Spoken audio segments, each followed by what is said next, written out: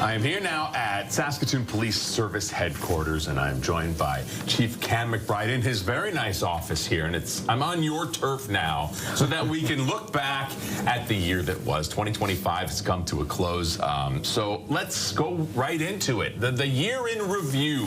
How was 2025 for the chief of the Saskatoon Police Service? Yeah, you know, I've been telling lots of people 2025 has been 90% amazing, fantastic, with 10% really challenging circumstances for a variety of reasons.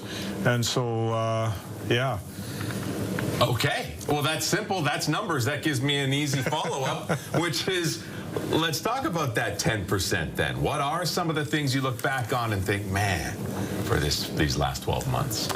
Some of the challenges have been staffing, for one. I've felt throughout the year that our frontline staff have been really challenged in terms of the number of individuals doing the work.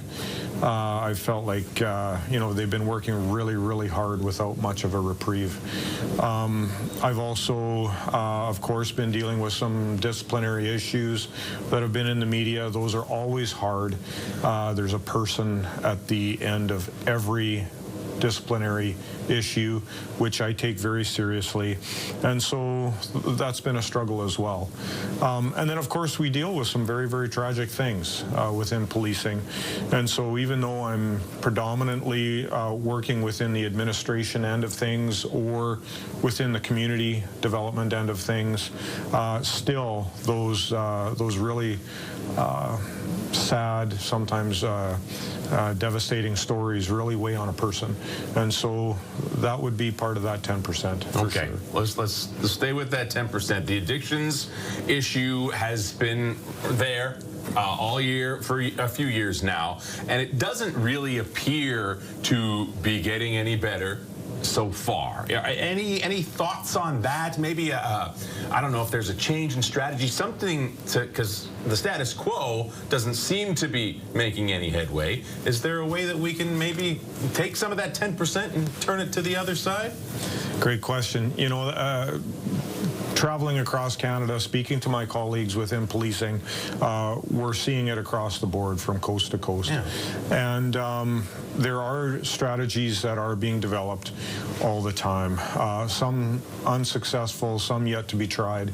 Definitely the provincial government coming out with their compassionate care legislation and looking to the future and what impact that may have, I think will be important moving forward. And I think just developing an all-hands-on-deck approach, understanding what works, what doesn't work, is so important. And I can say for sure that many of our community-based organizations, you know, people doing that type of work are feeling the pressure, feeling the stress, and so you know, maybe bolstering the group of people doing the work is going to be very important too moving forward, because you can only go flat out for so long before, you know, you need a break or you break. Okay, before we head to 2026, let's talk about that other 90%, the amazing, the mostly positive part of the year 2025. Care to elaborate on some of those wins? I'd love to. You know, our service does incredible work. We've got individuals, investigators, support staff, professionals doing amazing things. I'm thinking about, for example, the call or the case of voyeurism, a prolific offender in Saskatoon, and being able to identify you know, numerous victims, identify the suspect, put the entire case together, and bring it to court. Amazing.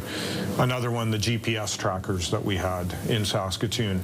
There's another one, multiple victims, very complex type of investigation, and yet we brought it all together. And then the woman in the well, you know, that was a real success story. One of our oldest unsolved homicides, our oldest unsolved homicide, and utilizing new technology, new techniques, collaborating with the Toronto Police Service, and finally coming to the point where we can say, beyond a doubt, who the individual was, restoring her to her family, restoring that part of their family tree that they didn't even know existed in many respects. So yeah, so many good things going on. Okay, well, let's look ahead then to many more good things, hopefully. 2026 lies ahead. It's laid out before us now. Any hopes and dreams? What are you looking forward to this year? I'm looking forward to following through with those things that were promised in our budget. When I came out of budget deliberations with council, somebody asked me, how do you feel? And it was my first time as chief going into a 2-year budget deliberation. And I felt a tremendous sense of relief that it was over. But I felt a tremendous weight of responsibility knowing that within that budget there's a lot of work that needs to be done. And so making sure that we tackle that head on, that we're resilient and deliberate and following through on those things that need to be done, that's 2026 for me. We've got a solid strategic plan. We're working to finalize our business plan. And so yeah, 2026 is going to be a year of hard work, but I'm so optimistic. I really think it's going to be a turnaround year in many ways. All right. We love to see the optimism. Chief of the Saskatoon Police Service, Ken McBride, thank you so much for a few minutes. Merry Christmas, Happy New Year, and here's to a great 2026. Merry Christmas.